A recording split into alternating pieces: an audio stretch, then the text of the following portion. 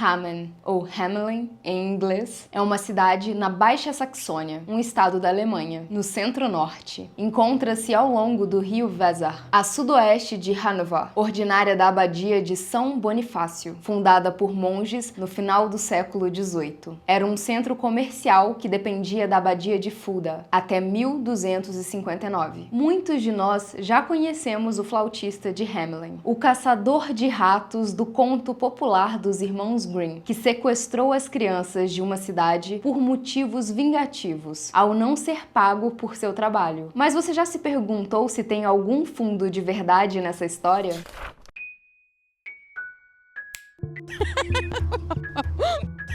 Bem-vindos a mais uma sessão do Clube Excêntricos. Eu sou a Mia, vocês são vocês. Para continuar a nossa maratona de vídeos do Halloween, um Halloween muito excêntrico aqui no clube, nós vamos falar sobre a parte 2 do flautista de Hamelin, ou Hameln, ou Hamelin. Depende do idioma que você escolher. Antes da gente iniciar mais uma aventura do clube, certifique-se de estar inscrito e de ter checado a função Seja Membro do canal. Talvez exista um plano que caiba no seu bolso e possa nos ajudar. Mas se você não puder, não tem problema. Basta curtir, compartilhar, deixar um comentário nesse vídeo e principalmente assistir a um outro depois desse. Bora começar. O flautista de Hamelin originou-se em um conto chamado The Children of Hamelin, do livro Children's and Household Tales, escrito em 1812 pelos irmãos Grimm. Essa coletânea de contos de fadas alemão ficou comumente conhecida como Contos de Fadas de Grimm. Os contos não foram feitos originalmente para crianças. Era uma forma de documentar o folclore alemão que até então haviam sido difundidos de forma oral. Esses contos fascinantes revelavam muito sobre a cultura alemã, suas tradições e história. Como tal, não eram bem esses contos de viveram felizes para sempre que a gente costuma esperar. Às vezes, essas histórias poderiam ser bem sombrias. Mas como essas histórias carregavam elementos mágicos e bastante moral, elas acabaram cativando as crianças e não demorou muito para serem adaptadas para o seu novo público-alvo. Oi, Pipi.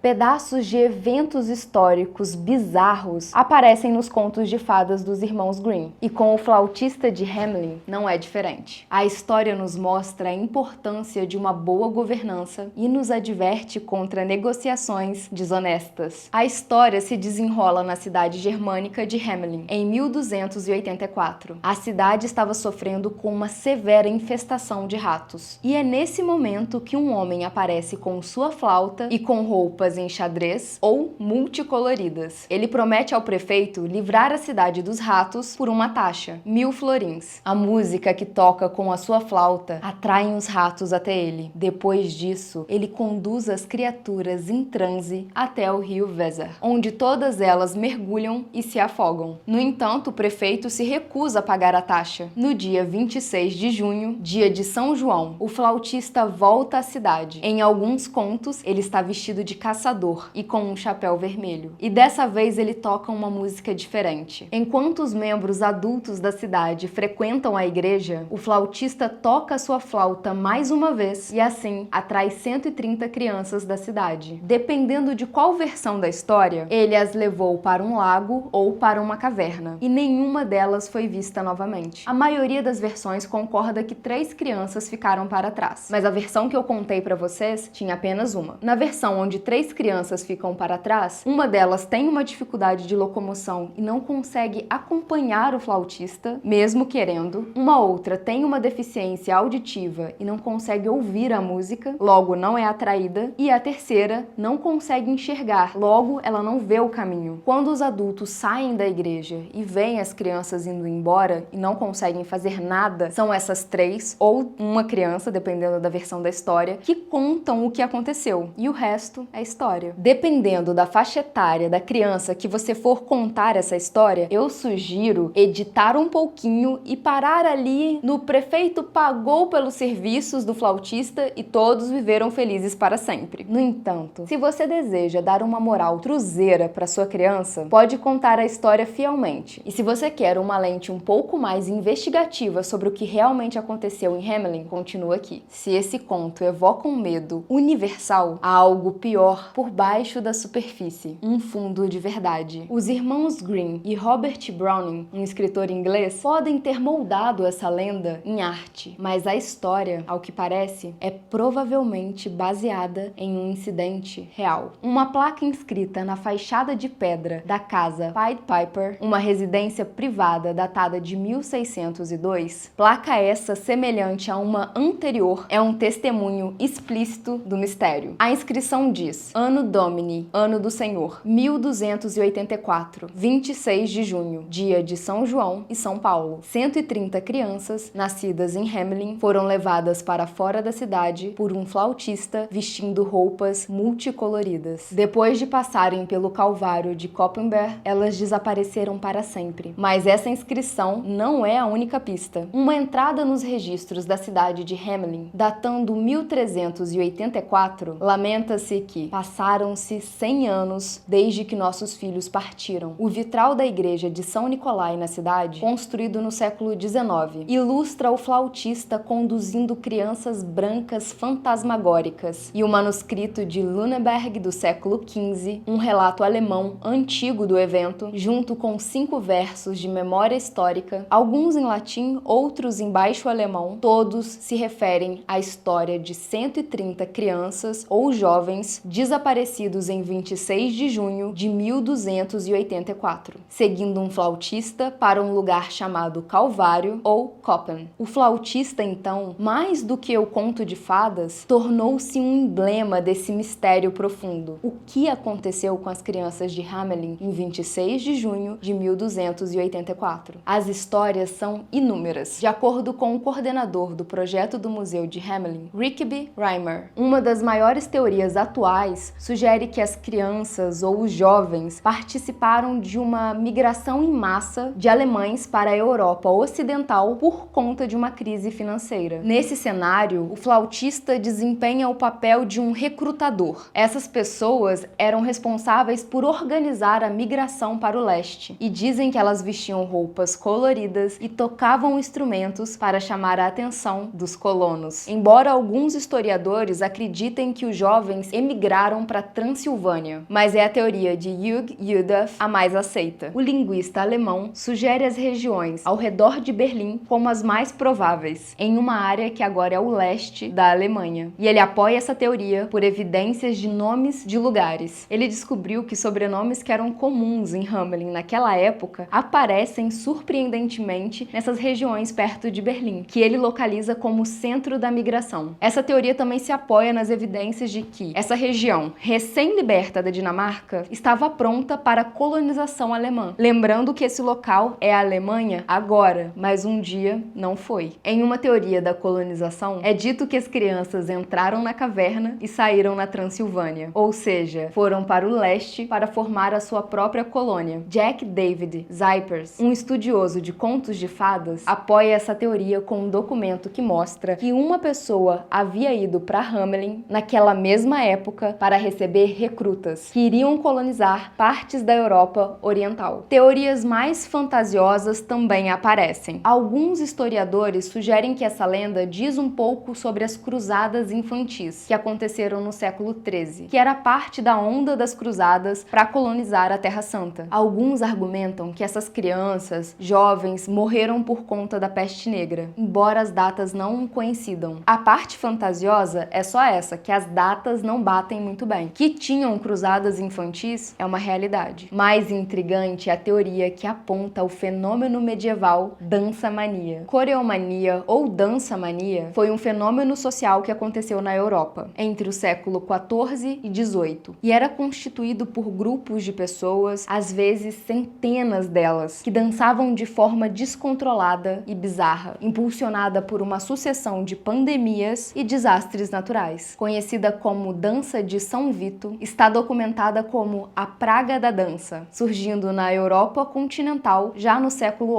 XI. Era uma espécie de histeria em massa. A dança poderia se espalhar de um indivíduo para outro ou de grupos para grupos, todas impulsionadas por uma compulsão inabalável de dançar, às vezes por semanas, dançando, cantando e alucinando. Isso até o ponto de total exaustão e ocasionalmente a morte. Como um peão que não consegue parar de girar, até que cai. E de fato, um surto do século XIII, uma forma de praga da dança, febre da dança, ela ocorreu ali no sul de Hamelin, na cidade de Erfurt, onde um grupo de jovens giravam descontroladamente para fora da cidade, terminando a 20 quilômetros de distância na cidade vizinha. Algumas das crianças, isso sugere uma crônica, morreram pouco tempo depois. Isso porque elas dançaram até a morte, e outras tiveram tremores crônicos. Talvez a própria Hamelin tenha presenciado um evento parecido, dançando ao som furtivo do flautista. Porém, todas essas teorias negam a chave principal do mistério. Elas não explicam a data bastante específica, 26 de junho de 1284, quando as crianças desapareceram. Havia acontecido algo tão traumático que foi perpetuado até de forma oral na memória da cidade? O quê? Bom, essa data também era o dia do solstício de verão. E o fato de ser enfatizado que as crianças seguiram o flautista até o Calvário sugere outro link. Haviam regiões na Alemanha onde o solstício de verão era celebrado nas montanhas, com fogueiras. Tudo isso leva a uma leitura bastante macabra sobre o flautista. Talvez ele, como um símbolo xamã tocando flauta, estivesse conduzindo as crianças ou jovens da cidade para celebrações do solstício. Enquanto isso, a facção cristã da cidade, os adultos, na tentativa de consolidar a conversão na região, atacou e massacrou o grupo. Há uma versão um pouco menos sangrenta. Talvez as crianças apenas tenham sido levadas para um mosteiro local. Uma teoria bastante comum é que as crianças tenham sofrido algum tipo de epidemia. Foi sugerido por historiadores que a vala comum para as crianças, uma vala para você jogar todos os corpos ali em Hamelin, havia sido o local do desaparecimento delas. Já que as infestações de ratos eram comuns no século XIII, as crianças podem ter sido infligidas pela peste bubônica ou até mesmo com uma cepa inicial da peste negra. A roupa malhada, listrada ou xadrez do flautista pode ser uma referência das lesões cutâneas que acompanhavam a doença. A teoria mais apoiada por argumentos pós-históricos e epidemiológicos indicava o tifo murino como a epidemia predominante em Hamelin. Outra teoria diz que as crianças que dançavam apresentavam sintomas da doença de Huntington, que prejudicava a locomoção e causava movimentos bruscos, totalmente involuntários. Já William Manchester, no seu livro A World Lit Only by Fire, teorizou que o flautista era um pedófilo e que ele era um assassino que arrebatava as crianças, que as havia matado e espalhado seus corpos mutilados. Acho que viajou legal nessa daí, hein? No final das contas, se o conto realmente sugere uma tragédia histórica, por outro lado também oferece uma redenção artística. Essa história é conhecida em pelo menos 42 países e foi traduzida para mais ou menos 30 idiomas. Ela aparece em filmes, na literatura, nas músicas Led Zeppelin.